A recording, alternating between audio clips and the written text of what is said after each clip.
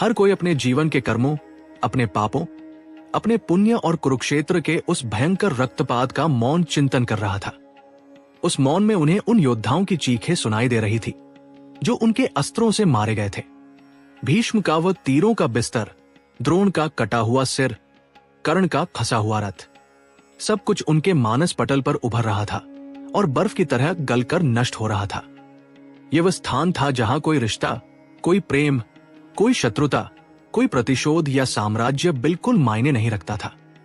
यहां हर आत्मा अपने कर्मों के बोझ के साथ पूरी तरह से अकेली थी। बर्फ उनके नंगे पैरों की त्वचा को गहराई तक काट रही थी। यह एक ऐसा सामूहिक वैराग्य था जिसने उनकी चेतना को शरीर की पीड़ा से बहुत ऊपर उठा दिया था। वे चलते रहे। दिन कब रात में बदलता उन्हें ज्ञात नहीं था। उसी गहरे, आध्यात्मिक और बर्फीले मौन को चीरती हुई एक अत्यंत दर्दनाक और कांपती हुई चीख उस अनंत घाटी में गूंज उठी। बर्फ पर कोई भारी वस्तु जोर से गिरी। कोई उस गहरी बर्फ में मुंह के बल गिर पड़ा था, जो अब इस जीवन में फिर कभी नहीं उठने वाला था। वह चीख पांचाली की थी, आर्यावत की वह अद्वितीय और अजय साम्राज्ञी जिसका जन्म वेदी की धधकती अग्नि से हुआ था, आज हिमालय की इस जमा देने वाली निष्ठुर बर्फ पर निर्जीव पड़ी थी। उसके सुकोमल पैर, जो कभी राजमहलों के मखमली गद्दों पर चलने के अभ्यस्त थे, अंतिम बार लड़खड़ाए थे। थकान, ठंड और भूख ने उसके शरीर की अंतिम ऊर्जा को सोख लिया था।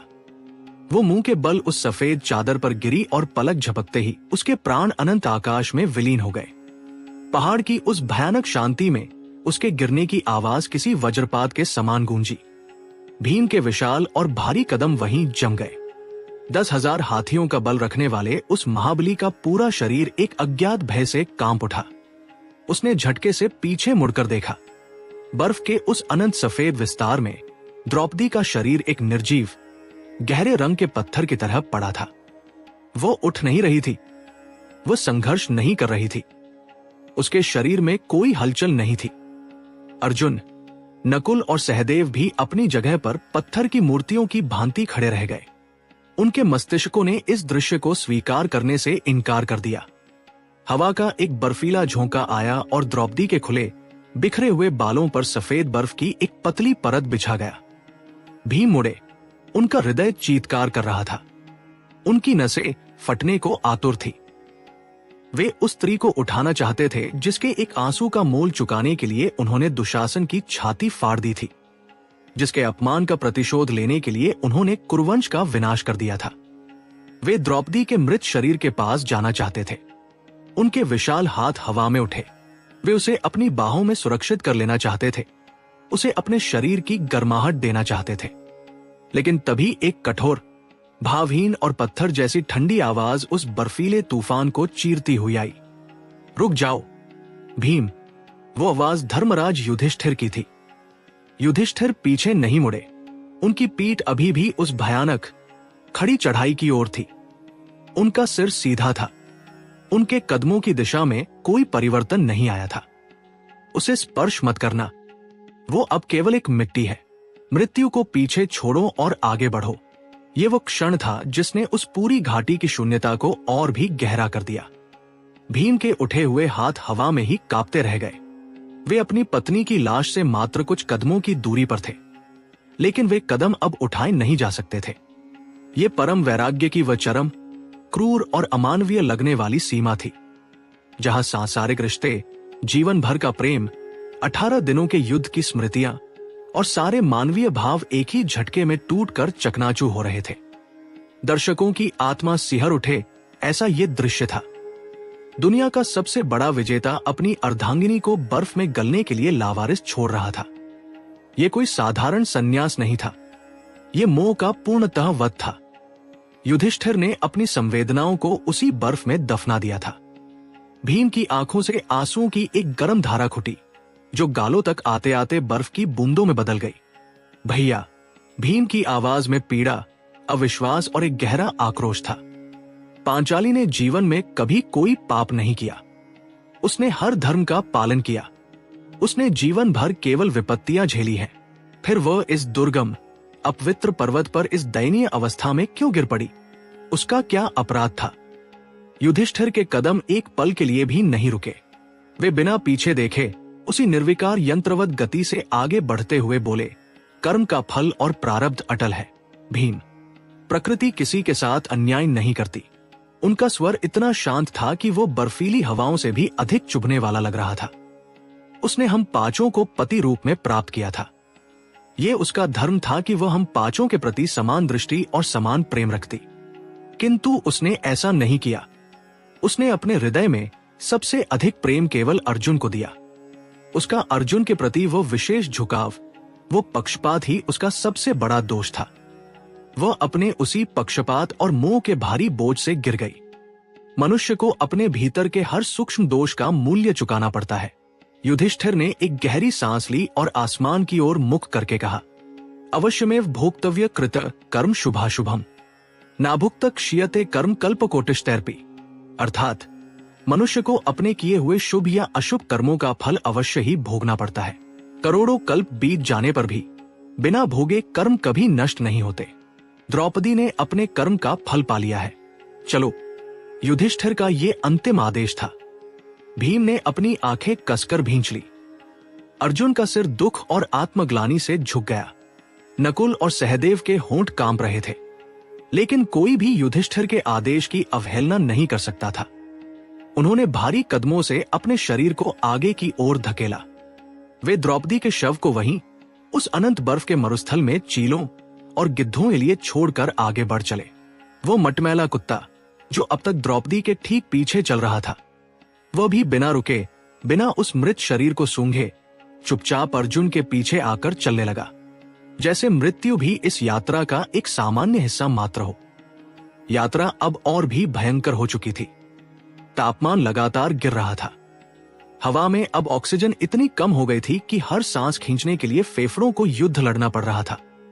द्रौपदी की मृत्यु ने बचे हुए चारों भाइयों के भीतर के मनोबल को बुरी तरह तोड़ दिया था।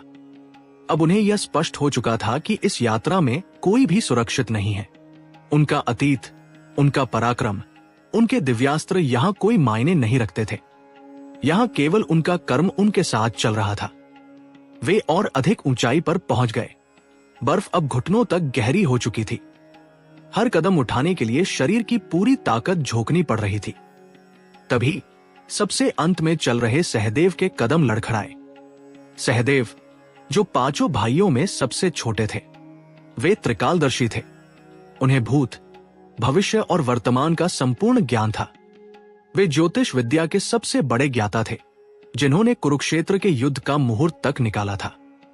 लेकिन आज भविष्य को बांचने वाला वह महान ज्ञानी अपने ही अगले कदम का भविष्य नहीं देख पाया।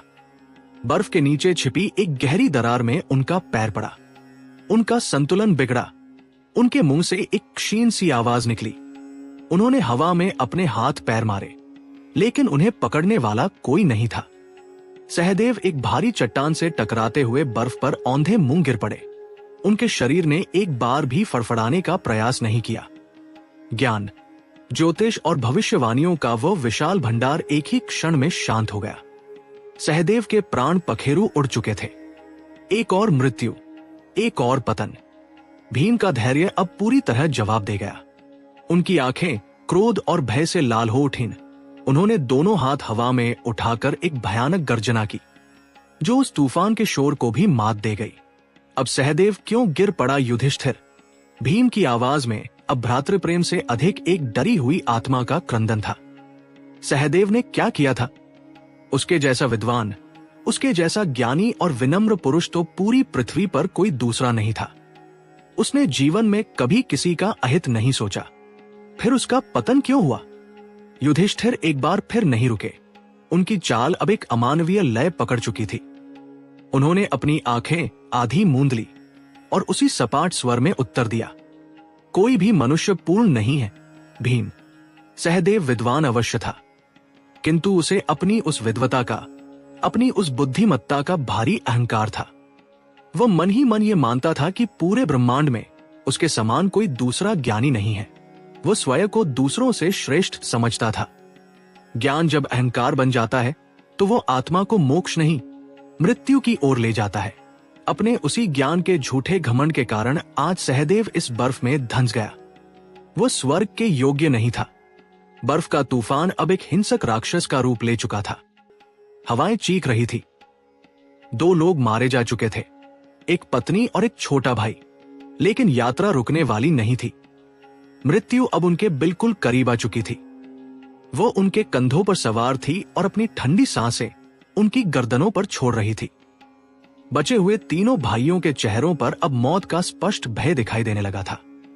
उन्हें नहीं पता था कि अगला शिकार कौन होगा। हवा और तेज हो गई। बर्फ की नुकीली फुहारें उनके चेहरों को तीरों की तरह बेध रही थी। कुत्ता अभी भी उनके पैरों के निशानों पर चुपचाप चल रहा था। और तभी उस भयंकर श्वेत अंधकार में आर्यावर्त के सबसे सुंदर और सुदर्शन माने जाने वाले योद्धा के पैर लड़खड़ाने लगे। बर्फ की एक अत्यंत गहरी और सफेद खाई के किनारे नकुल के पैर अचानक जवाब दे गए। सहदेव की मृत्यु ने उसके हृदय को भीतर तक चीर कर रख दिया था। दोनों अश्विनी कुमारों के अंश, दोनों जुड़वा भाई जीवन भर एक साथ रहे थे। अपने छोटे भाई को अपनी आंखों के सामने उस निर्दयी बर्फ में निर्जीव पड़ा देखकर नकुल की आत्मा ने शरीर का साथ छोड़ना शुरू कर दिया। उसकी श्वास नली में बर्फीली हवा जम गई। उसके मस्तिष्क ने आदेश देना बंद कर दिया। नकुल ने एक बार आसमान की ओर देखा। उसकी आंखों की पुतलियां पलट गई। वह बिना कोई शब्द कहे एक सूखे और जर्जर पेड़ की भांति बर्फ के उस कठोर धरातल पर औंधे मुंह गिर पड़ा। उसकी मृत्यु बिल्कुल शांत थी, लेकिन पीछे आ रहे भीम के लिए यह किसी वज्रपात से कम नहीं था। आर्यावर्त का सबसे सुंदर पुरुष, जिसके रूप की तुलना साक्षात कामदेव से की जाती थी, आज उस प्राणलेवा बर्फ में एक साधारण और लावारिस शव बन चुका था। उसकी वो अद्वितीय सुंदरता, जिस पर कभी हस्तिनापुर की प्रजा मुग्ध हुआ करती थी, अब नीली पड़ चुकी थी। कठोर बर्फ ने उसके रूप को कुछ ही पलों में विकृत कर दिया था। भीम की छाती एक धौंकनी की तरह चल रही थी। उन्होंने हाँफते हुए आगे चल रहे युधिष्ठिर की पीठ को देखा। भैया, नकुल ने क्या पाप किया था? भीम का स्वर अब भारी, थका हुआ और भयभीत लग रहा था। वह तो अपने कर्तव्य के प्रति सदैव निष्ठावान रहा। उसने कभी किसी के साथ छल नहीं किया। फिर इस धर्म यात्रा में उसका पतन क्यों हुआ? युधिष्ठिर के कदम एक क्षण के लिए भी नहीं ठिठके। वे उसी निर्विकार गति से आगे बढ़ते रहे, मानो उनके पीछे कोई गिरा ही न हो। बिना पीछे मुड़े उनका सपाट और कठोर स्वर हवा के शोर को चीरता हुआ भीम तक पहुंचा।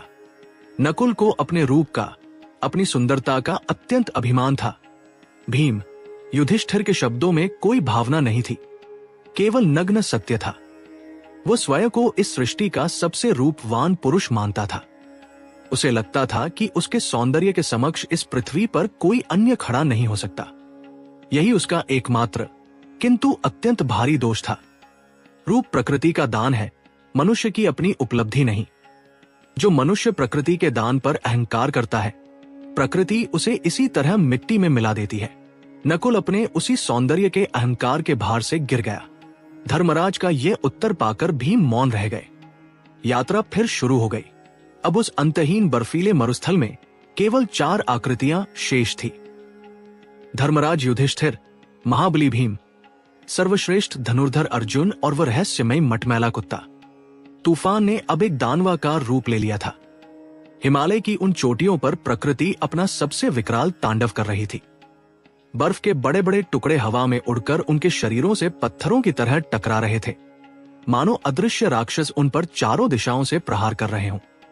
तापमान शरीर को जमा देने की सीमा से बहुत नीचे जा चुका था। हवा का दबाव ऐसा था कि शरीर का खून नसों में ही जमने लगा था। अर्जुन की स्थिति अब अत्यंत दयनीय हो चुकी थी। वो अर्जुन, जिसने अकेले विराट नगर में पूरी कौरव सेना को धूल चटा दी थी, आज अपनी एक एक सांस के लिए संघर्ष कर रहा था। उसके फेफड़े भीतर से जल रहे थे। वह दोनों हाथों से अपने खुरदरे वल्कल वस्त्र को कसकर पकड़े हुए था, लेकिन ठंड उसकी हड्डियों की मज्जा तक घुस चुकी थी। उसकी अचूक दृष्टि, जो कभी पानी में मछली की आंख भेद सकती थी, आज उस श्वेत अंधकार में पूरी तरह धुंधली पड़ चुकी थी। वो कुत्ता बिल्कुल शांत भाव से, बिना कोई कष्ट दिखाए, युधिष्ठिर के पीछे पीछे चल रहा था। उसका मौन उन महान योद्धाओं की शारीरिक विफलता का एक मूक उपहासा कर रहा था। अर्जुन ने एक और कदम उठाने का प्रयास किया, लेकिन उसकी मांसपेशियां पूरी तरह सुन्न हो चुकी थी। वो शरीर जिसने भगवान शिव से पाशुपतास्त्र प्राप्त किया था, जिसने स्वर्ग में जाकर निवात कवच राक्षसों का संहार किया था, आज प्रकृति की इस साधारण सी मार को नहीं झेल पा रहा था। अर्जुन का दायां पैर बर्फ की एक फिसलती हुई चट्टान पर पड़ा। उसका संतुलन पूरी तरह बिगड़ गया। उस महान गांडीवधारी ने हवा में अपने हाथ पैर मारे, लेकिन शून्य के अतिरिक्त वहां पकड़ने के लिए कुछ नहीं था। कुरुक्षेत्र के महानायक का शरीर एक भारी शिला की भांति बर्फ पर गिरा। उसका चौड़ा मस्तक उसी कठोर जमी हुई बर्फ से टकराया और उसकी श्वास हमेशा के लिए रुक गई। अर्जुन के गिरते ही पहाड़ की वह चोटी एक भयानक सन्नाटे में डूब गई। हवा का शोर भी जैसे एक पल के लिए थम गया। ये कोई साधारण मृत्यु नहीं थी। ये एक युग के सबसे बड़े नायक का, सबसे महान धनुर्धर का अंत था। अर्जुन। भीम की चीख से हिमालय की गहरी खाइयां कांप उठीं। वह चीख केवल दुख की नहीं, बल्कि एक गहरे आत्मा को झकझोर देने वाले अविश्वास की थी। भीम अपने घुटनों के बल बर्फ पर गिर पड़े। उन्होंने अपने दोनों हाथों से अपना सिर पकड़ लिया। उनकी आंखों से बहते गर्म आंसू उनके गालों पर ही जमकर बर्फ के कणों में बदल रहे थे। भीम के लिए यह दृश्य उनकी सहन शक्ति की अंतिम सीमा थी। द्रौपदी, सहदेव और नकुल का गिरना उन्हें पीड़ा दे गया था, किंतु अर्जुन का पतन उनके लिए पूरी तरह अकल्पनीय और असहनीय था। जिस अर्जुन के रथ की बागडोर स्वयं त्रिलोकीनाथ भगवान श्री कृष्ण ने संभाली हो, वो इस दुर्गम बर्फ में कैसे गिर सकता था? ये क्या हो गया युधिष्ठिर? भीम का स्वर अब एक रोते हुए असहाय बालक के समान हो गया था। अर्जुन ने अपने जीवन में कभी कोई असत्य नहीं बोला। उसने कभी धर्म का मार्ग नहीं छोड़ा। वो तो माधव का सबसे प्रिय सखा था। फिर वो शरीर सहित स्वर्ग क्यों नहीं जा सका? उसका क्या अपराध था? यहां आकर युधिष्ठिर के कदम रुक गए। पहली बार द्रौपदी गिरी, वे नहीं रुके। सहदेव और नकुल गिरे, वे नहीं रुके। किंतु अर्जुन के गिरने पर धर्मराज के यंत्रवत कदम थम गए। वे मुड़े। उन्होंने अपनी बर्फ से ढकी सफेद पलकों को उठाया और कुछ दूरी पर निर्जीव पड़े अर्जुन के शरीर को गहराई से देखा। यह दृश्य किसी को भी भीतर तक हिला देने वाला था। वो अर्जुन जिसने गीता का ज्ञान साक्षात परमेश्वर के मुख से सुना था, वो आज इस बर्फीली जमीन पर औंधे मुंह पड़ा था। उसकी मृत्यु ने यह प्रमाणित कर दिया था कि कर्म का सिद्धांत कितना कठोर, कितना निष्पक्ष और कितना निर्दयी होता है। वहां कोई छूट नहीं थी, कोई रियायत नहीं थी, चाहे आप ईश्वर के परम सखा ही क्यों न हो। युधिष्ठिर की आंखों में एक गहरा दार्शनिक दुख उभर आया। दर्शक यदि इस क्षण को महसूस करें तो वे अर्जुन की उस अपार महानता और उसके इस ट्रैजिक पतन के बीच के खालीपन को अपनी आत्मा में चुभता हुआ महसूस करेंगे। वो योद्धा जिसने धरती को अपने बाणों से ढक दिया था, आज उसी धरती पर लावारिस हो रहा था। युधिष्ठिर ने एक गहरी सांस ली। बर्फीली हवा उनके सूखे होठों से टकराई और उन्होंने उस ज्ञान का स्मरण किया जो स्वयं कृष्ण ने अर्जुन को दिया था। प्रकृतयः क्रियमाणानि गुणैः कर्माणि सर्वशः अहंकार विमूढ़ात्मा कर्ताहमिति मन्यते। अर्थात संसार के सारे कार्य प्रकृति के गुणों द्वारा ही किए जाते हैं, किंतु अहंकार से मोहित हुआ अज्ञानी मनुष्य ये मान बैठता है कि मैं ही करता हूं। अर्जुन के भीतर यही सूक्ष्म दोष उत्पन्न हो गया था। भीम, युधिष्ठिर का स्वर अत्यंत धीर, गंभीर और एक गुरु के समान अटल था। उसे अपने पराक्रम पर, अपने अस्त्रों पर और अपने शौर्य पर अत्यंत घमंड हो गया था। उसने एक बार भरी सभा में अहंकार पूर्वक ये प्रतिज्ञा की थी कि वह एक ही दिन में कौरवों की पूरी सेना और सभी शत्रुओं को भस्म कर देगा। युधिष्ठिर ने अर्जुन के मृत शरीर की ओर इशारा किए बिना ही अपनी बात को आगे बढ़ाया, किंतु वह ऐसा कर नहीं पाया। उसे अपने शत्रुओं को मारने में 18 दिन लग गए, और वह भी भगवान कृष्ण की प्रत्यक्ष सहायता और रणनीति से। उसका वह अहंकार, उसका वह झूठा दावा ही उसके पतन का मूल कारण बना। जब मनुष्य ये मान लेता है कि उसकी शक्ति उसकी अपनी है और वह अकेले ब्रह्मांड को अपने बल से झुका सकता है, तब उसका पतन निश्चित हो जाता है। वह भूल गया था कि उसके हाथों से बाण चलाने वाली सत्ता कोई और थी। अभिमान, चाहे रूप का हो या शौर्य का, आत्मा को इतना भारी कर देता है कि वह ऊर्ध्व गति को, उस परम मोक्ष को प्राप्त नहीं कर सकती। अर्जुन अपने उसी घमंड के भारी बोझ से गिर गया। यह अकाट्य सत्य भीम के हृदय में एक नुकीले शूल की तरह चुभा। अर्जुन, जो तीनों लोकों में अजेय था, उसे किसी शत्रु के अस्त्र ने नहीं, बल्कि उसके अपने ही भीतर पल रहे अहंकार ने मार डाला था। युधिष्ठिर का निर्णय और प्रकृति का न्याय अंतिम था। उसमें कोई परिवर्तन संभव नहीं था।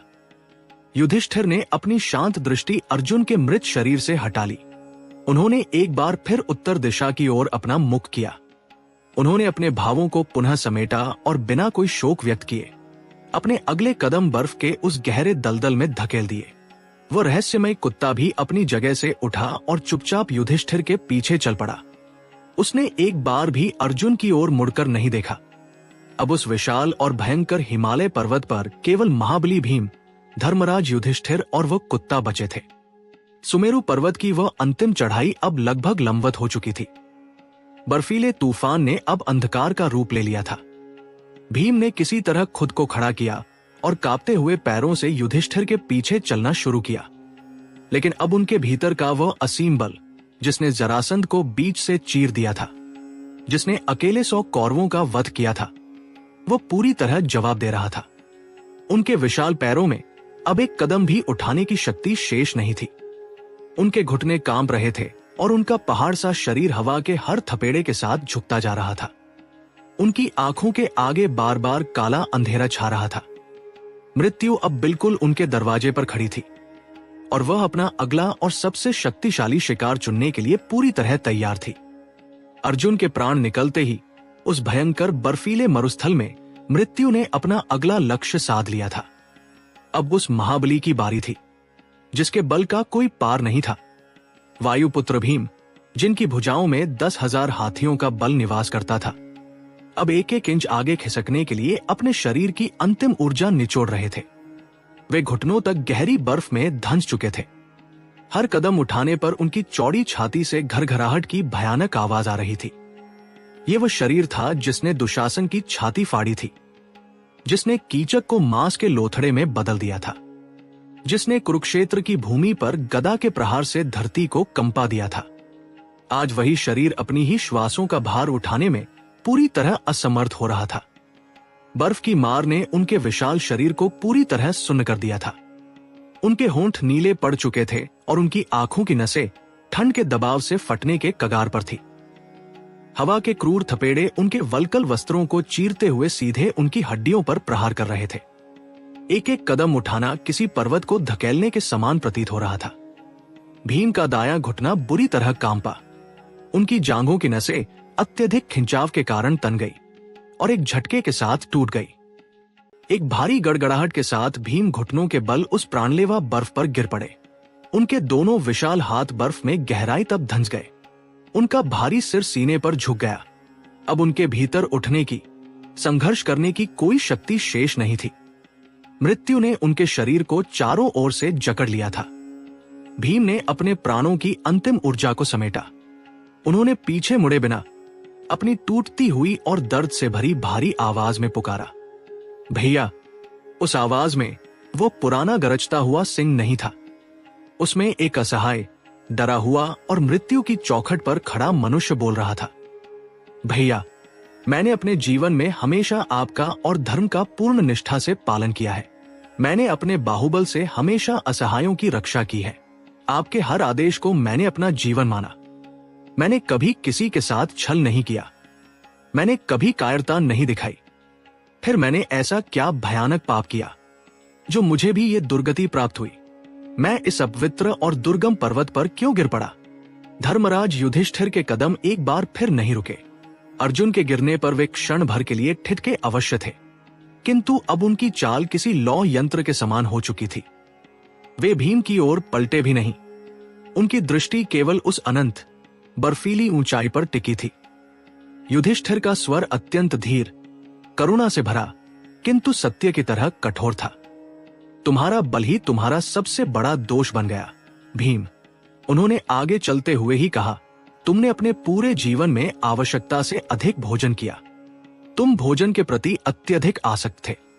यह देह केवल धर्म के पालन का साधन है, किंतु तुमने इसे भोग का केंद्र मान लिया था।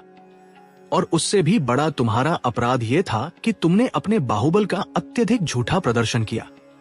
तुम अपने बल के अहंकार में दूसरों को बहुत तुच्छ समझते थे।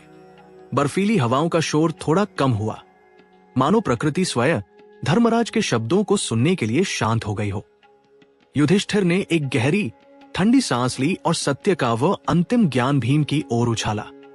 अहंकार बल दर्पं काम क्रोधं च संश्रिता मामात्म परदेहेषु प्रद्विषंतो भ्यसूयसूया कायाकाय। अर्थात जो मनुष्य अहंकार, बल, घमंड, कामना और क्रोध के आश्रित होते हैं, वे निंदक पुरुष अपने और दूसरों के शरीर में स्थित मुझ परमात्मा से द्वेष करने वाले होते हैं। बल ईश्वर का दिया हुआ एक पवित्र वरदान है। भीम, युधिष्ठिर के शब्द बर्फ की चादर पर सीधे प्रहार कर रहे थे, किंतु जब वह बल दूसरे को तुच्छ समझने का, उसे अपमानित करने का कारण बन जाए, तो वह आत्मा को अत्यंत भारी कर देता है। तुमने अपने बल के घमंड में कई बार मर्यादाओं का उल्लंघन किया है। तुमने शत्रुओं का वध धर्म की स्थापना के लिए कम और अपने बल की श्रेष्ठता सिद्ध करने के लिए अधिक किया। तुम्हारा वही अहंकार, वही श्रेष्ठता का भाव आज तुम्हारे पतन का कारण बना है। स्वर्ग में अहंकारियों के लिए कोई स्थान नहीं है। ये नग्न सत्य सुनते ही भीम के विशाल शरीर से संघर्ष की अंतिम लौ भी बुझ गई। उनका सिर बर्फ पर निर्जीव होकर लुढ़क गया, आंखें खुली रह गई और उस महाबली वायुपुत्र के प्राण, जो कभी किसी अस्त्र से नहीं आ रहे थे, आज अपने ही कर्मों के भार तले दबकर अनंत आकाश में विलीन हो गए। एक और भयानक सन्नाटा पसर गया। अब उस अनंत, सफेद और भयानक हिमालय पर केवल धर्मराज युधिष्ठिर और वह मटमैला कुत्ता शेष थे। कैमरे का दृश्य यदि यहां से विस्तृत किया जाए तो ये दुनिया का सबसे विशाल, सबसे एकाकी और सबसे वैराग्यपूर्ण दृश्य था। हजारों फीट ऊंची, बर्फ से ढकी, आसमान को चीरती हुई सुमेरु पर्वत की वह चोटी, उस अंतहीन सफेद चादर के बीच एक काला बिंदु, एक अकेला राजा और उसके पैरों के निशानों पर चलता हुआ एक बेजुबान जानवर। युधिष्ठिर पूरी तरह से अकेले थे। जिन भाइयों के साथ उन्होंने राजमहल का हर सुख भोगा था, जिनके साथ 13 वर्ष वनवास की धूल छानी थी, जिन भाइयों ने उनके एक आदेश पर पृथ्वी के सारे राजाओं का रक्त बहा दिया था, जो उनके जीवन की सबसे बड़ी शक्ति, उनका सबसे बड़ा अभिमान थे, वे सब आज बर्फ की उन गहरी खाइयों में निर्जीव दबे पड़े थे। वह पत्नी जिसने उनका हर अपमान सहा, वो भी मीलों पीछे कहीं बर्फ में गुम हो चुकी थी। युधिष्ठिर की आंखों में कोई आंसू नहीं था, उनके चेहरे पर कोई पीड़ा नहीं थी। उनके भीतर का हर मानवीय भाव, प्रेम, दुख, पश्चाताप, मोह, क्रोध, करुणा, सब कुछ पीछे उन लाशों के साथ ही मर चुका था। ये परम वैराग्य का वह अंतिम सत्य था, जहां आत्मा अपने पूर्ण नग्न स्वरूप में होती है। हवाएं युधिष्ठिर के जर्जर वल्कल वस्त्रों को चीर रही थी, बर्फ उनके खून को जमा रही थी, किंतु उनका शरीर जैसे अब उनका था ही नहीं। उन्होंने मृत्यु को, इस पूर्ण एकांत को पूरी तरह स्वीकार कर लिया था। उनके हृदय में कोई शिकायत नहीं थी, कोई प्रश्न नहीं था। मौन, वहां केवल एक गहरा, आध्यात्मिक, ब्रह्मांडीय मौन छा गया था। उस सन्नाटे में युधिष्ठिर के कदम एक निश्चित लय में आगे बढ़ रहे थे। Crunch, crunch, crunch. उनके पैरों के नीचे बर्फ टूट रही थी और उनके ठीक पीछे वह रहस्यमय कुत्ता भी बिना एक भी आवाज किए अपनी पूर्ण निष्ठा के साथ उनके पीछे चल रहा था। उन दोनों के बीच एक अनकहा, अदृश्य संबंध स्थापित हो चुका था। जहां सारे मानवीय रिश्ते टूट गए, वहां एक जानवर ने उस अकेले राजा का साथ नहीं छोड़ा था। ऊंचाई अब श्वासों को पूरी तरह निगलने लगी थी। सुमेरु पर्वत का वह अंतिम शिखर, जहां से स्वर्ग का मार्ग आरंभ होता था, अब सामने ही था। आसमान के बादलों का रंग गहरा काला हो चुका था, जैसे प्रकृति अपने भीतर कोई बहुत बड़ा रहस्य छुपाए बैठी हो। युधिष्ठिर के कदम उस शिखर के अंतिम छोर पर पहुंचे। उन्होंने अपनी शून्य आंखों से उस विस्तृत, बर्फीले क्षितिज को देखा। उनके पीछे मीलों तक केवल मौत और सन्नाटा पसरा था, आगे केवल शून्य था। उसी क्षण आसमान का वह काला आवरण भयंकर गर्जना के साथ दो हिस्सों में फट गया। बादलों के बीच से एक ऐसा तीव्र, अंधा कर देने वाला दिव्य प्रकाश फूटा, जिसने पूरे हिमालय की सफेद बर्फ को पिघले हुए सोने के रंग में रंग दिया। वो प्रकाश किसी करोड़ों सूर्यों की चमक के समान था। जिसकी ऊर्जा से वहां की बर्फीली हवाएं तुरंत सुखद और गर्म हो गई। उस प्रकाश के बीच से एक विशाल, स्वर्ण जड़ित और दिव्य रत्नों से जगमगाता हुआ रथ सीधा सुमेरु पर्वत की उस चोटी की ओर उतरने लगा। हवाओं का डरावना शोर एकाएक एक दिव्य और मधुर संगीत में बदल गया। उस अलौकिक प्रकाश और उस स्वर्ण रथ के भीतर कौन था जो अपने सारे प्रियजनों को खो चुके उस अकेले धर्मराज के सामने उतर रहा था? स्वर्ण रथ की आभा ने सुमेरु पर्वत के उस भयानक और मृत्युतुल्य अंधकार को एक ही झटके में चीर कर रख दिया। बादलों के सीने को फाड़कर उतरा वह रथ किसी साधारण धातु का नहीं, बल्कि विशुद्ध, धधकते हुए ईश्वरीय प्रकाश से निर्मित था। उसके विशाल पहियों से निकलने वाली ध्वनि में मेघों की भारी गर्जना और गंधर्वों की वीणा की मधुर झंकार का अद्भुत मिश्रण था। उस भव्य रथ को खींचने वाले 4 दिव्य अश्व पूर्णतः श्वेत रंग के थे, जिनके खुरों से बर्फ के संपर्क में आते ही अग्नि की सुनहरी चिंगारियां फूट रही थी। रथ के ठीक मध्य में साक्षात देवराज इंद्र विराजमान थे। उनके मस्तक पर त्रिलोकी का सबसे देदीप्यमान मुकुट सुशोभित था और उनके शरीर से निकलने वाली अलौकिक ऊर्जा ने उस प्राणलेवा, जमा देने वाली ठंड को क्षण भर में एक सुखद, जीवनदायिनी गर्माहट में बदल दिया। सुमेरु का वह भयानक तूफान उनके रथ के प्रभाव से एक शांत, शीतल मन समीर में परिवर्तित हो गया। इंद्र रथ से नीचे उतरे।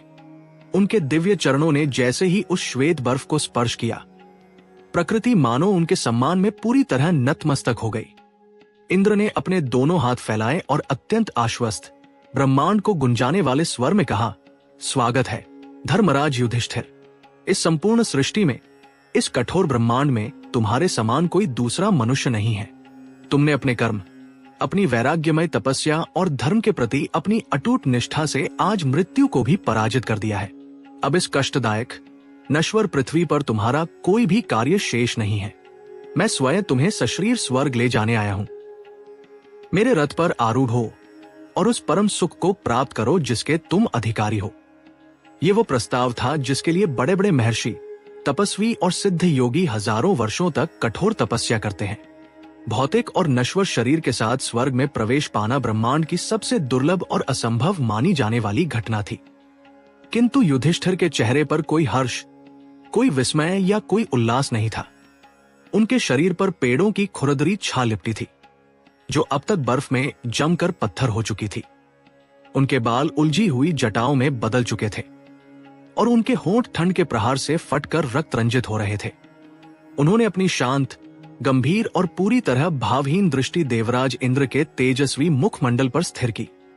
देवराज, आपका ये प्रस्ताव और ये भव्य रथ मेरे लिए पूर्णतः निरर्थक है। युधिष्ठिर का स्वर धीमा था, लेकिन उसमें पर्वत जैसी अभेद्य दृढ़ता थी।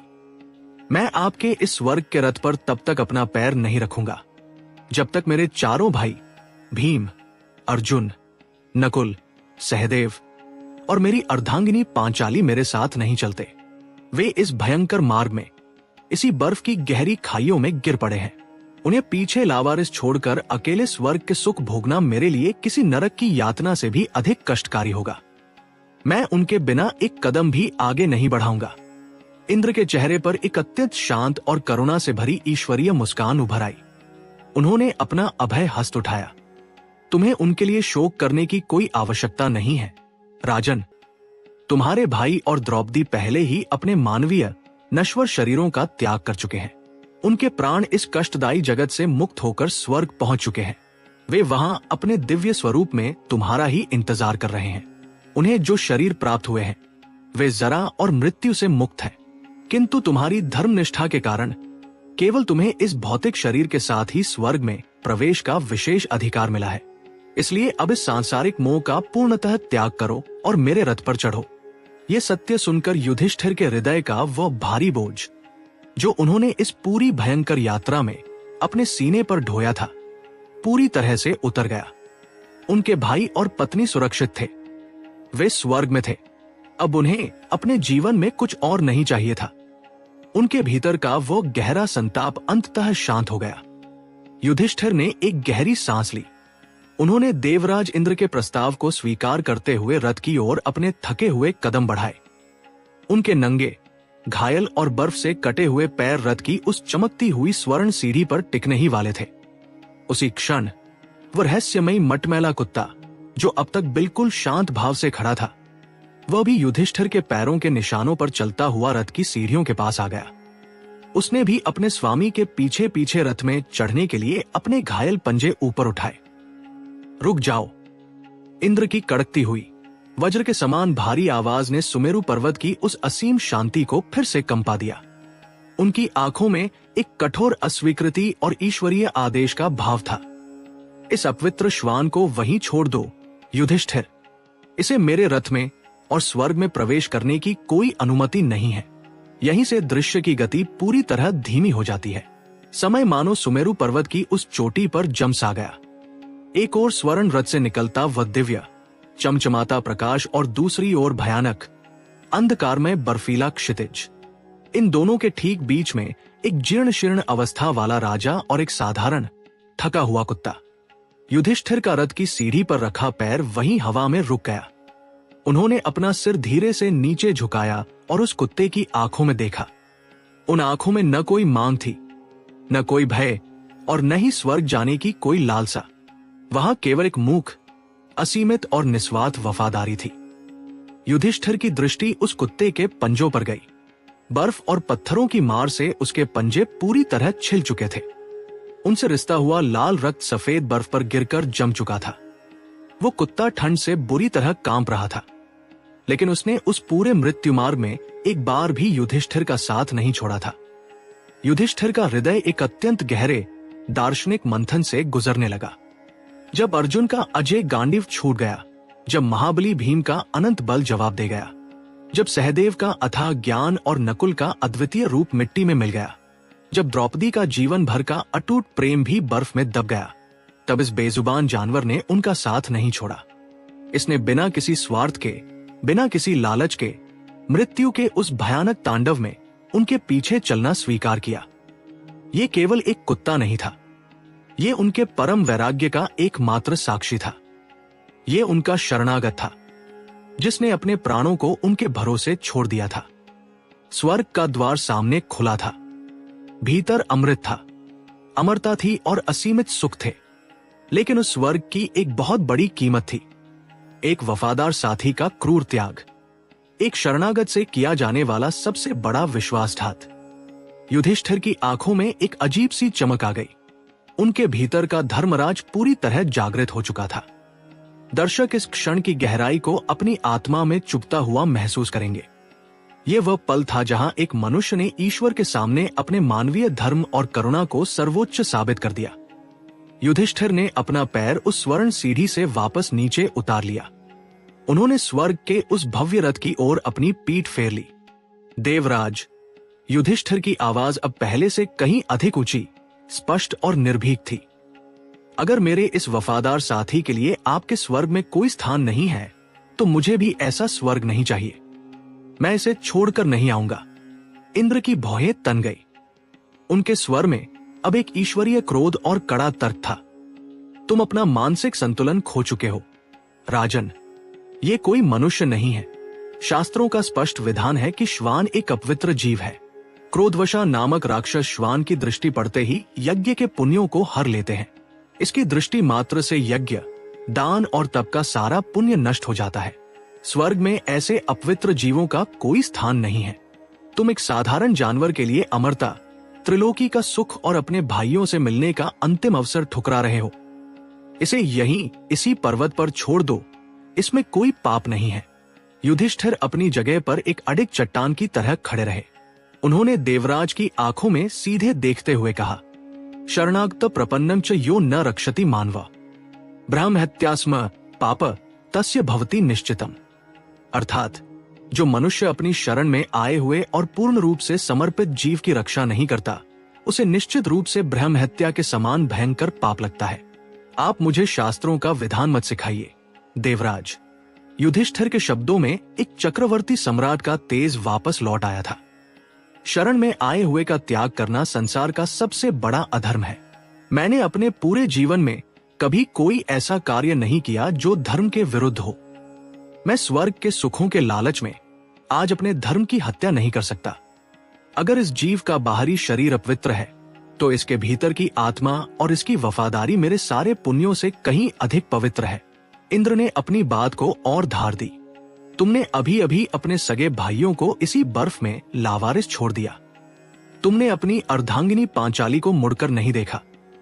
तुमने उन सबका त्याग कर दिया और आज तुम एक आवारा पशु के लिए मुझसे विवाद कर रहे हो। ये कैसा धर्म है? युधिष्ठिर का उत्तर किसी तीखे बाण की तरह निकला। मैंने उनका त्याग नहीं किया देवराज। मृत्यु ने उन्हें मुझसे छीना है। जो मर चुका है उसे वापस जीवित नहीं किया जा सकता। वे मेरे साथ चलने में पूरी तरह असमर्थ थे। उनके प्राण निकल चुके थे। मैं मुर्दों को जीवित नहीं कर सकता था, किंतु ये जीव अभी जीवित है। ये श्वास ले रहा है और ये मेरे साथ चलने में पूरी तरह समर्थ है। इसे जीवित अवस्था में केवल अपने स्वार्थ के लिए छोड़ देना एक भयंकर और अक्षम्य पाप होगा। मैं ये पाप कभी नहीं करूंगा। युधिष्ठिर ने अपनी बात समाप्त की। उन्होंने देवराज इंद्र को अंतिम बार हाथ जोड़कर प्रणाम किया। बिना किसी पश्चाताप, बिना किसी दुख और बिना किसी हिचकिचाहट के उन्होंने उस दिव्य रथ और स्वर्ग के प्रलोभन को पूरी तरह ठुकरा दिया। उन्होंने वापस मुड़कर उस भयानक अंधकार में बर्फीले तूफान की ओर अपने कदम बढ़ा दिए। वो कुत्ता भी खुशी खुशी अपने प्राणों की परवाह किए बिना युधिष्ठिर के पीछे पीछे उस मौत की घाटी में चलने लगा। लेकिन उन्होंने अभी 2 कदम ही आगे बढ़ाए थे कि सुमेरु पर्वत की उस चोटी पर एक अत्यंत विस्मयकारी और अविश्वसनीय घटना घटी। युधिष्ठिर के इनकार करते ही वह साधारण मटमैला और घायल कुत्ता अचानक अपनी जगह पर रुक गया। उसके शरीर में एक तीव्र कंपन होने लगा। हवा में एक अजीब सी रोंगटे खड़े कर देने वाली ऊर्जा का संचार हुआ। उस कुत्ते के शरीर से एक ऐसा प्रचंड और दिव्य प्रकाश फूटा जिसने पल भर में स्वर्ग के रथ की चमक को भी पूरी तरह फीका कर दिया। वो प्रकाश इतना तेज था कि युधिष्ठिर को अपनी आंखें बंद करनी पड़ी। पूरे हिमालय पर्वत की चोटियां उस नीले और सुनहरे प्रकाश में नहा उठीं। उस रोशनी के भीतर से एक अत्यंत विशाल, तेजस्वी और अलौकिक आकृति आकार लेने लगी थी। वह कोई कुत्ता नहीं था, वो कुछ और ही था जो इतने दिनों से उनके साथ चल रहा था और अब वो अपने वास्तविक परम स्वरूप में युधिष्ठिर के सामने प्रकट हो रहा था। उस नीले और सुनहरे प्रकाश के मध्य से जो आकृति उभर कर सामने आई, उसे देखकर देवराज इंद्र ने भी अपने मस्तक को श्रद्धा से झुका लिया। वह कोई साधारण जीव नहीं था। कुत्ते का वह मटमैला आवरण अब पूर्णतः वाष्पित हो चुका था और उसके स्थान पर साक्षात भगवान धर्मराज यानी मृत्यु और न्याय के देवता यमराज अपने अत्यंत भव्य, चतुर्भुज और अलौकिक स्वरूप में खड़े थे। उनके शरीर की कांति नीलमणि के समान थी और उनके नेत्रों से असीम करुणा तथा ब्रह्मांड का पूर्ण सत्य छलक रहा था। पुत्र युधिष्ठिर, धर्मराज की आवाज किसी गहरे सागर की लहरों जैसी गंभीर और शांत थी। तुम मेरी अंतिम और सबसे कठिन परीक्षा में भी पूर्णतः सफल हुए। त्रिलोकी में तुम्हारे समान कोई दूसरा धर्मनिष्ठ नहीं है। मैंने ही द्वैतवन में यक्ष का रूप धारण करके तुम्हारी परीक्षा ली थी और आज इस दुर्गम यात्रा में एक श्वान का रूप धारण करके तुम्हारे साथ चला। तुमने एक असहाय मूक पशु के लिए देवराज इंद्र के रथ को ठुकरा दिया। तुमने सिद्ध कर दिया कि तुम्हारी करुणा और तुम्हारा धर्म स्वर्ग के परम सुखों से भी कहीं अधिक श्रेष्ठ है। धर्मराज ने अपना दाहिना हाथ उठाकर युधिष्ठिर को आशीर्वाद दिया और आकाश में एक दिव्य ध्वनि गूंज उठी। यस्य धर्ममय प्रज्ञा सत्य च निर्तामतिया सैव स्वर्गमापनोति नात्र कार्या विचारणा। अर्थात जिसकी बुद्धि धर्म में रमी हुई है और जिसका मन निरंतर सत्य में लगा हुआ है, वही स्वर्ग प्राप्त करता है। इसमें कोई विचार करने की आवश्यकता नहीं है। तुम्हारी इसी अडिग धर्म निष्ठा के कारण धर्मराज ने अपनी बात पूर्ण की। तुम्हें अपने इस भौतिक शरीर के साथ स्वर्ग जाने का ये अत्यंत दुर्लभ अधिकार प्राप्त हुआ है। अब आरोहण करो पुत्र। युधिष्ठिर ने दोनों हाथ जोड़कर अपने पिता धर्मराज को प्रणाम किया। अब उनके मन में कोई संशय, कोई दुविधा शेष नहीं थी। वे देवराज इंद्र के उस स्वर्ण रथ पर आरूढ़ हुए। रथ के दिव्य पहिए घूमे और वो यान सुमेरु पर्वत की चोटियों को पीछे छोड़ते हुए बादलों को चीरकर ऊर्ध्व लोक की ओर तीव्र गति से उड़ चला। वायु का वेग अब अत्यंत सुखद और सुगंधित था।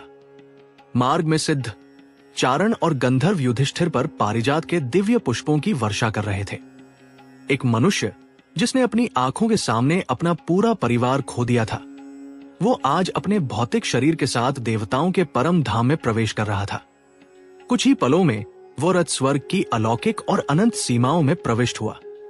वहां का प्रकाश पृथ्वी के सूर्य से करोड़ों गुना अधिक था, फिर भी वो आंखों को परम शीतलता प्रदान कर रहा था। चारों ओर स्वर्ण के प्रासाद, कल्प वृक्षों के घने वन और अमृत के सरोवर जगमगा रहे थे। इंद्र ने युधिष्ठिर को सीधे उस विशाल और भव्य देवसभा में पहुंचाया जहां सभी पुण्यवान आत्माएं अपने दिव्य स्वरूप में विराजमान थी। युधिष्ठिर की आंखें व्याकुलता से अपने भाइयों और द्रौपदी को खोजने लगी। वे अर्जुन के मुस्कुराते हुए चेहरे को देखने के लिए आतुर थे। वे भीम के उस विशाल और आश्वस्त करने वाले स्वरूप को देखने के लिए बेचैन थे। वे पांचाली से यह कहना चाहते थे कि अब उनके जीवन के सारे कष्ट समाप्त हो गए हैं, किंतु उसी क्षण युधिष्ठिर के कदम एक भारी झटके के साथ ठिठक गए।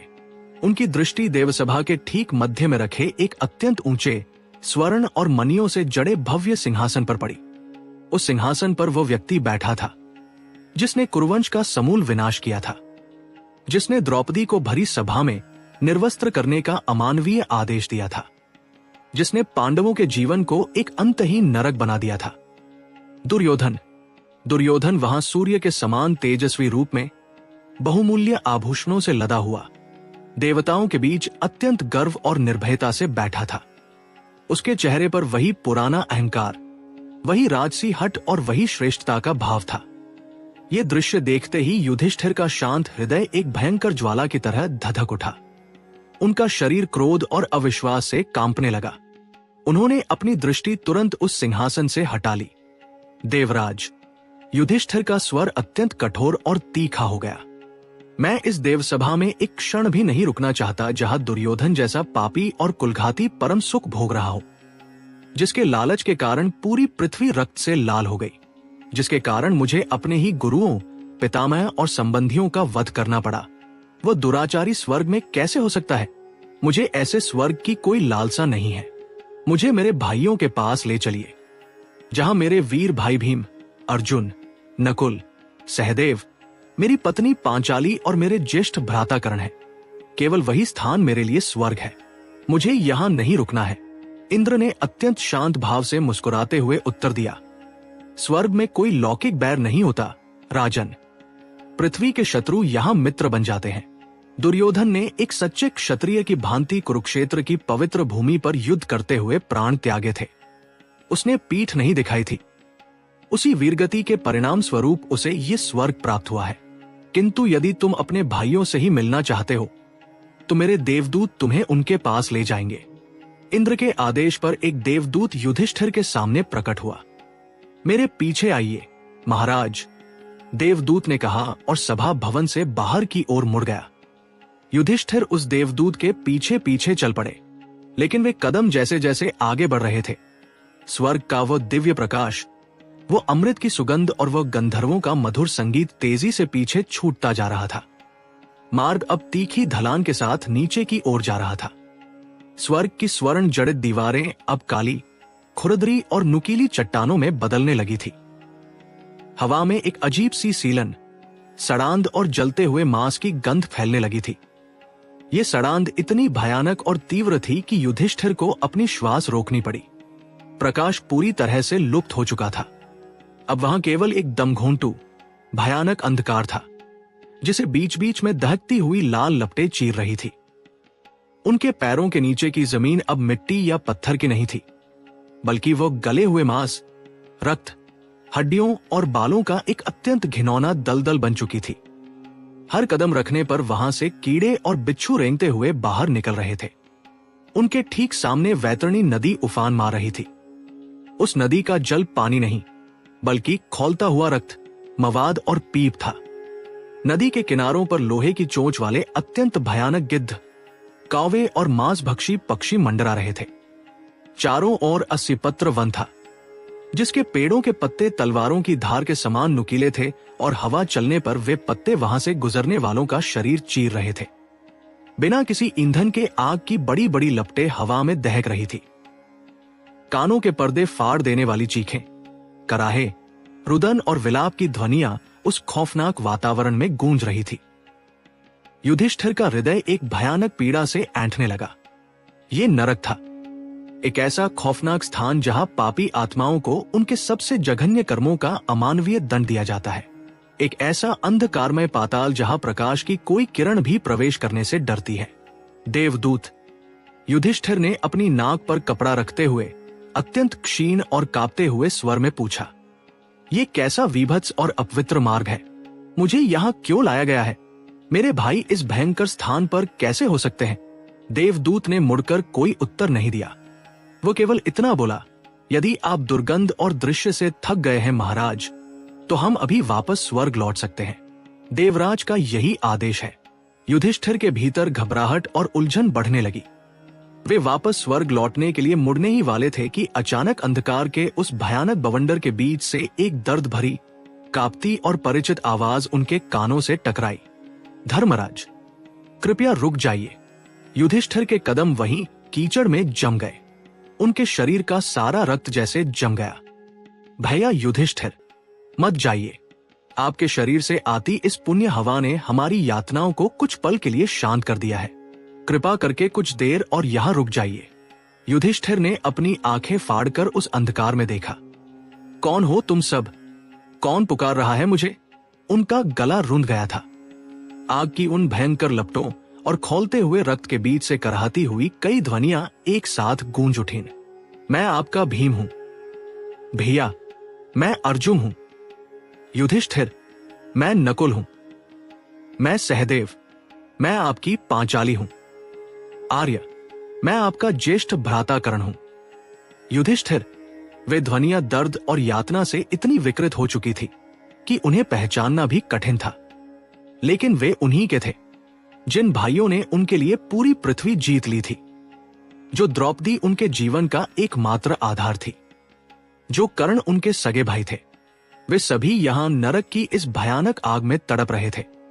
उनके शरीरों को लोहे के तीरों से भेदा जा रहा था। और दुर्योधन स्वर्ग के सिंहासन पर अमृत पान कर रहा था। इस भयंकर और अप्रत्याशित सत्य ने युधिष्ठिर के मस्तिष्क को सुन्न कर दिया। उनका हृदय एक ही पल में हजारों टुकड़ों में टूट गया। उनके भीतर का सारा धर्म, सारा न्याय, सारी दार्शनिक शांति एक ही झटके में भस्म हो गई। ब्रह्मांड का सबसे बड़ा, सबसे क्रूर अन्याय उनके सामने घटित हो रहा था। ये कैसी नियति थी? ये कैसा ईश्वर का न्याय था? युधिष्ठिर का शरीर पसीने और आंसुओं से भीग गया। उन्होंने अपनी मुट्ठियां इतनी जोर से कसी कि उनके नाखूनों से रक्त बह निकला। उनकी आंखों में एक ऐसा भयानक क्रोध और वैराग्य उत्पन्न हुआ जो प्रलय लाने के लिए पर्याप्त था। ये उनका अंतिम और सबसे कठोर निर्णय था। ये उस भ्रातृप्रेम और त्याग की चरम सीमा थी जहां एक मनुष्य ने ईश्वर के संपूर्ण न्यायतंत्र को चुनौती दे दी थी। युधिष्ठिर ने अपनी जलती हुई आंखों से उस देवदूत की ओर देखा और अत्यंत कठोर, वज्र के समान स्वर में आदेश दिया, वापस लौट जाओ। देवदूत, जाकर देवराज इंद्र से कह दो कि युधिष्ठिर अब कभी उस स्वर्ग में नहीं आएगा जहां कुलघाती दुर्योधन का सम्मान होता है। अगर मेरे भाई, मेरी पत्नी, मेरा परिवार यहां इस अंधकार में, इस आग में कष्ट भोग रहा है, तो मेरी जगह भी यही है। उनके बिना मुझे तुम्हारा अमृत और तुम्हारा सिंहासन नहीं चाहिए। मेरे लिए यही नरक अब मेरा परम स्वर्ग है। जाओ। देवदूत बिना कोई शब्द कहे उसी पल वहां से अंतर्धान हो गया।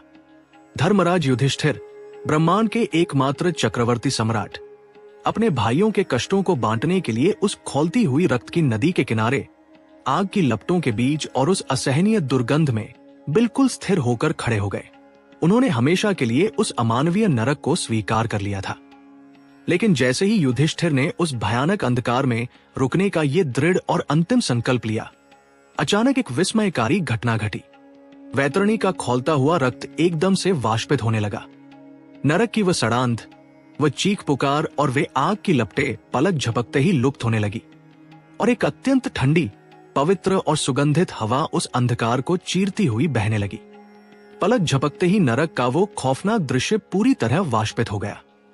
अंधकार की वह दमघोंटू और अभेद्य दीवार जो युधिष्ठिर की आत्मा को कुचल रही थी, किसी कच्चे शीशे की तरह टूटकर अनंत शून्य में बिखर गई।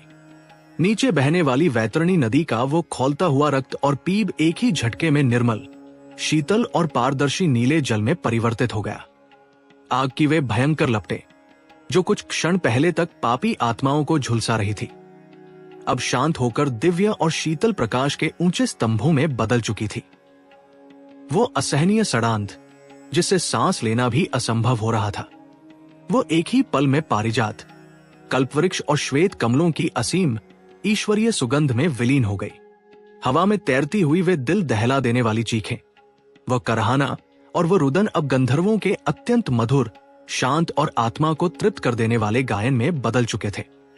युधिष्ठिर के पैरों के नीचे का वह कीचड़, वो गले हुए मांस और हड्डियों का वीभत्स दलदल अब स्फटिक मणि और शुद्ध स्वर्ण के जगमगाते हुए फर्श में बदल चुका था। सब कुछ बदल गया। पूरी सृष्टि, पूरा ब्रह्मांड एक ही क्षण में पलट गया। युधिष्ठिर अपनी जगह पर पत्थर की मूर्ति की भांति जड़ खड़े थे। उनके मस्तिष्क की नसें इस अचानक और अकल्पनीय परिवर्तन को तुरंत स्वीकार नहीं कर पा रही थी।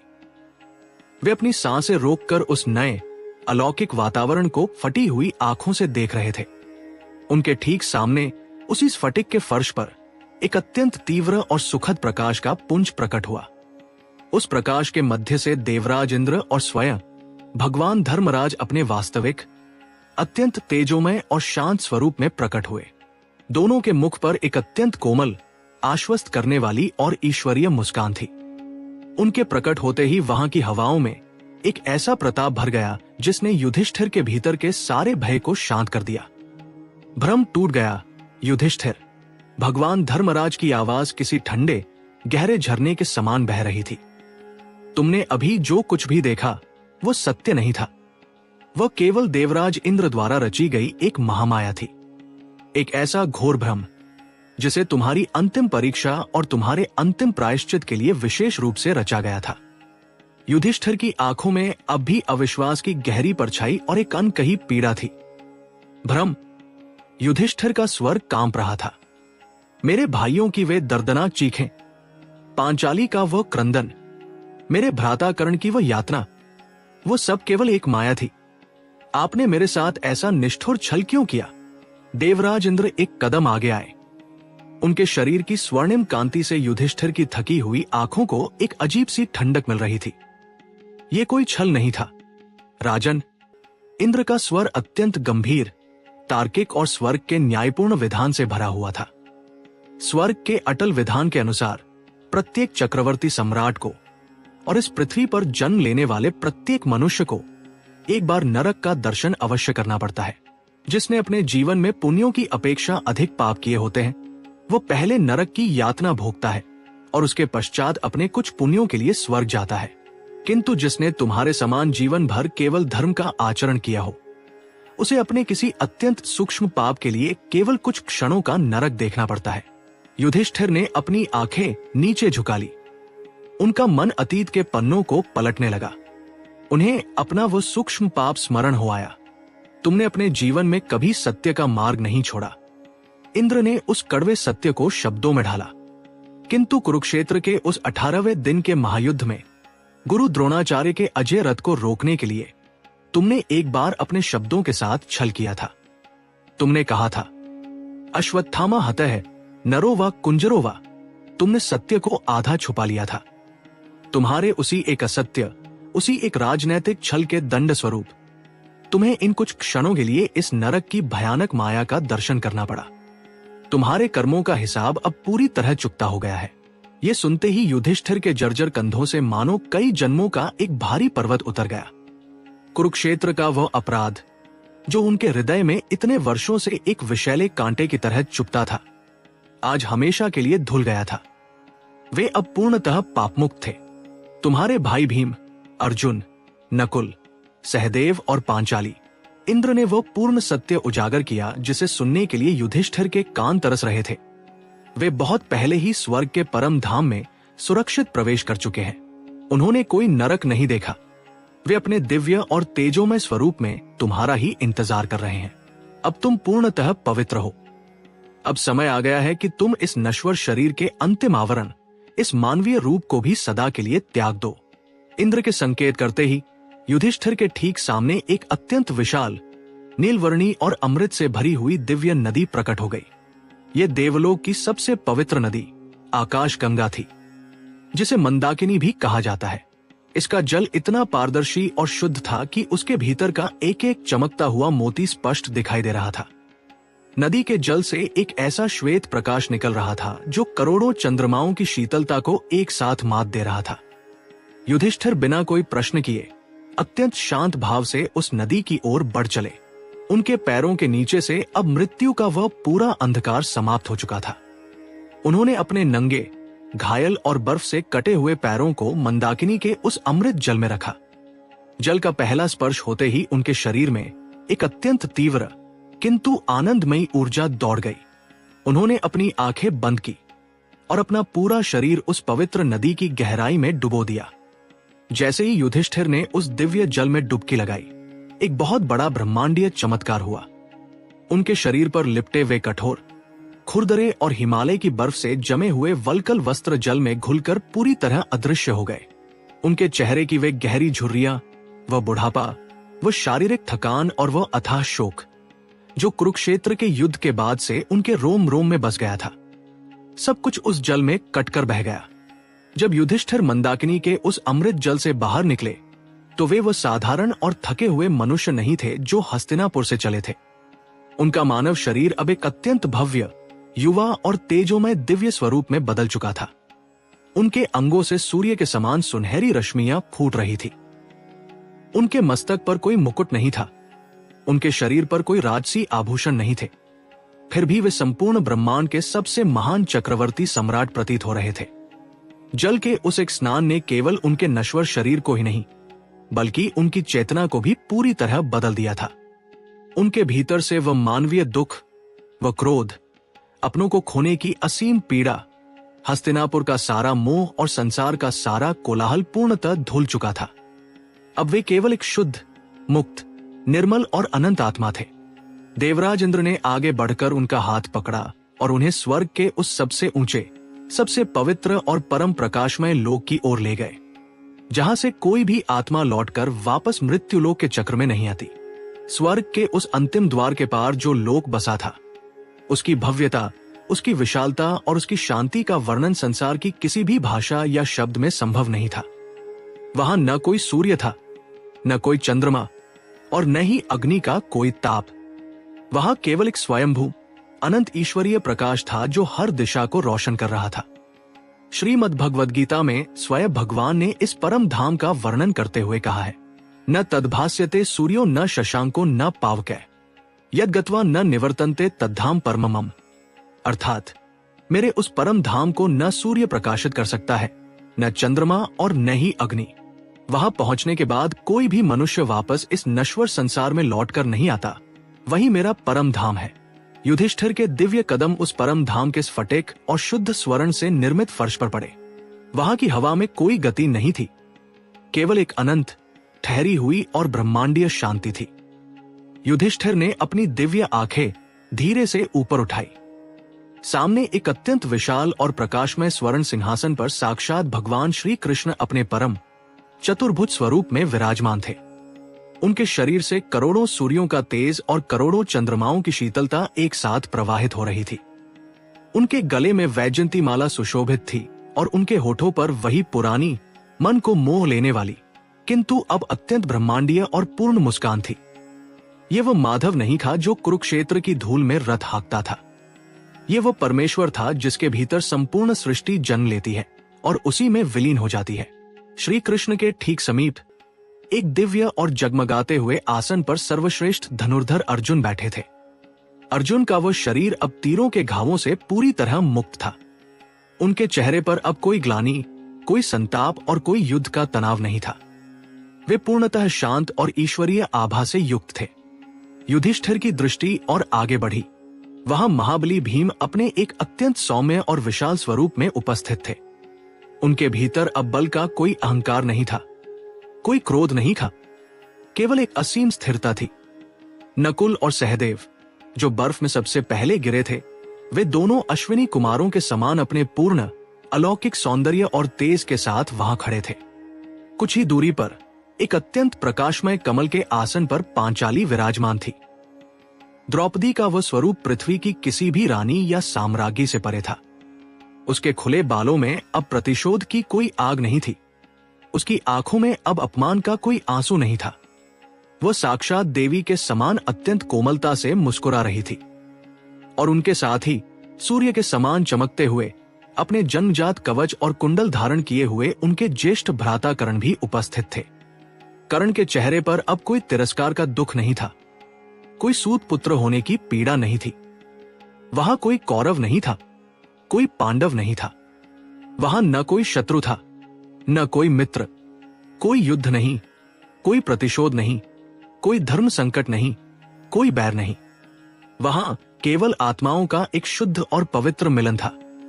युधिष्ठिर ने उस पूरे दृश्य को अपनी आत्मा की गहराई में उतार लिया।